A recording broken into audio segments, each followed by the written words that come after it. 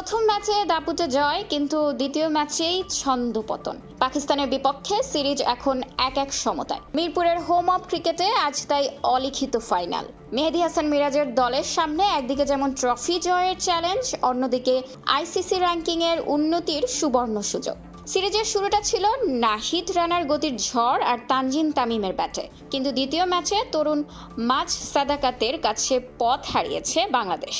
বৃষ্টি বিঘ্নিত ম্যাচে ব্যাটিং বিপর্যয়ে 115 রানের সহজ টার্গেটও তাড়া করতে পারেনি টাইগাররা। ফলে 3 ম্যাচের সিরিজ এখন রূপ নিয়েছে বাঁচা মরার লড়াইয়ে।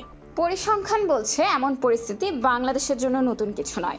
এ পর্যন্ত ৭৯টি ওয়ানডে সিরিজের মধ্যে ১৬ বার সিরিজ 1-1 সমতায় দাঁড়িয়েছিল। এর মধ্যে 8 বার জয় এসেছে বাংলাদেশের পক্ষে, আর 8 বার হেরেছে টাইগাররা।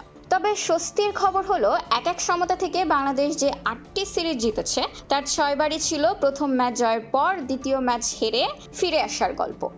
অর্থাৎ বর্তমান পরিস্থিতির ইতিহাস বাংলাদেশের পক্ষেই কথা বলছে। শুধু ইতিহাস নয়, সাম্প্রতিক নজিরও আশাবাদী করছে ভক্তদের।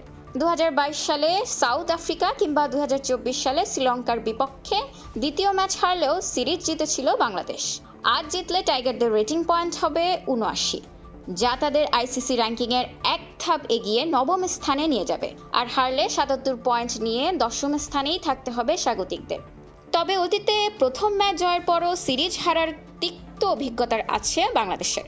2008 সালে নিউজিল্যান্ড এবং 2013 সালে জিম্বাবুয়ের বিপক্ষে প্রথম ম্যাচ জয়ের পর বাকি 2 ম্যাচ হেরে সিরিজ হাতছাড়া করেছিল লাল সবুজের প্রতিনিধিরা। খোলা কাগজ, ঢাকা।